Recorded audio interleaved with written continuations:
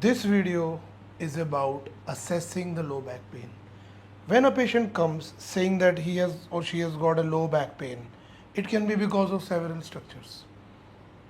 Obviously, the thing which comes in my mind is the disc or no disc. So let's divide it into two, mechanical and non-mechanical. Mechanical meaning that the disc is normal, it is mostly because of the soft tissue structures. And when it is non-mechanical, it means it is because of space occupying lesion, that is the disc. Let me explain you. So this structure which you see on the screen is the disc. This is what it is all about. The disc also has got a center area which is known as nucleus pulposus, then the surrounding area which is known as annulus fibrosus, then there are end plate which can lead to end plate changes. This outer covering, if once punctured, this disc material has got the property to come out. So that is what is known as disc prolapse in common language. But actually when the disc prolapse happens, it is just not a prolapse, it is divided into protrusion, prolapse, extrusion and sequestration, which I will explain you now. Let us divide it into four: grade 1, grade 2, grade 3, grade 4. So when I say grade 1, I mean protrusion. That means some nucleus pulposus is just coming out, but annulus fibrosus is preventing it.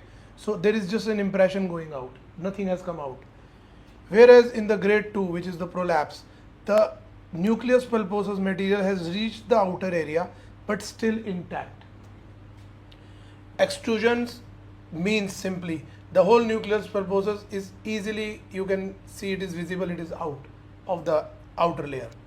And the material when spreads into little fragments, that's the worst situation, that's the grade 4, and that is sequestration. On MRI, if you see, this is kind of a lateral view. The disc between L5 and S1 is touching the nerve area, which is just behind it. So this is a classical presentation on the MRI. As you can see, I have already marked down L5. Just on top of that, matching with the iliac crest, is the L4, and then L3, 2 and 1. And just under the L5, the bony prominence is S1. It is the most commonly injured structure. Why? Let me explain you this also.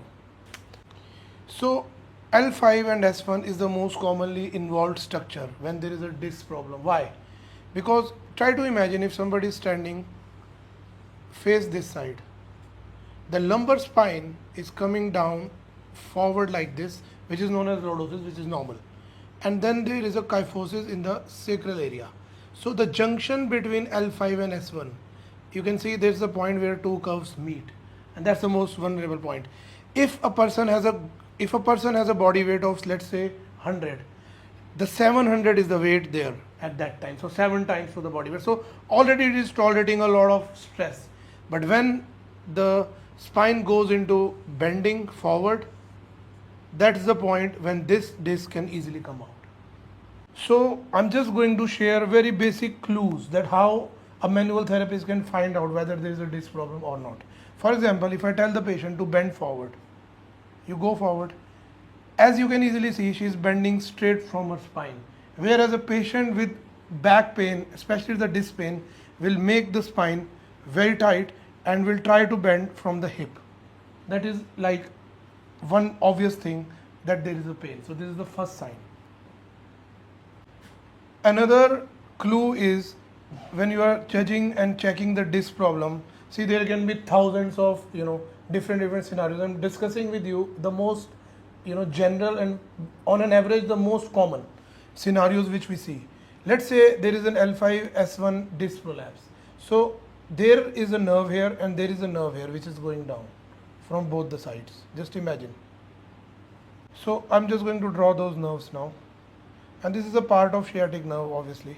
So when the disc material is touching the nerve, let's say it is touching from the outside part. So the body will definitely bend in the opposite direction. So we'll see a convexity on this side. But if the disc is touching from inside and on the medial side of the nerve, the body will bend in the same direction. So depending on that, we see the PSIS going up or down. With the convexity, it will definitely go down on that particular side.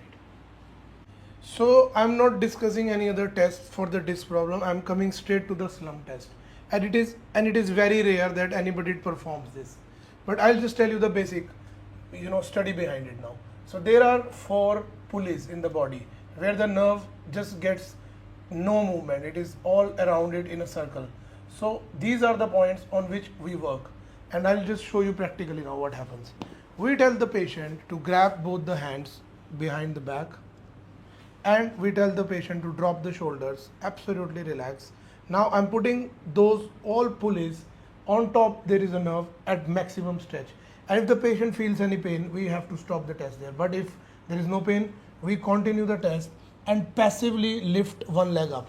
If there is a complaint of pain, we make sure that it is coming from the nerve. So we tell the patient to take the neck up like this, and we ask whether there is a relief of symptom, and if the answer is yes, that means there is a sure shot disc involvement. Depending on the area, you will get the symptoms, but this is mostly a test which indicates the disc going posteriorly, not laterally, posteriorly.